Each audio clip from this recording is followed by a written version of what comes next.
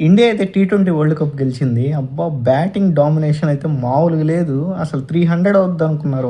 ఒక టైంలో అయితే అట్టాడారు స్కోరు. పవర్ ప్లే అయ్యేతలకి ఇంచుమించుగా 90+ స్కోర్ కొట్టేశారు. అండ్ 20 ఓవర్స్ అయ్యేతలకి 300 వస్తదనుకున్నారు. బట్ 15థ్ ఓవర్ నుంచి కొన్ని వికెట్స్ అయితే పడ్డాయి. దాంతో 250+ అయితే కొట్టారు. అప్పటికే డిసైడ్ అయిపోయారు ఇండియా విన్ అవుద్దని. టోర్నమెంట్‌లో చిన్న టీమ్స్ అయిన జింబాబ్వే, యూఎస్ఏ ఇలాంటి టీమ్స్ కొన్ని బాగా ఆడాయి అనమాట.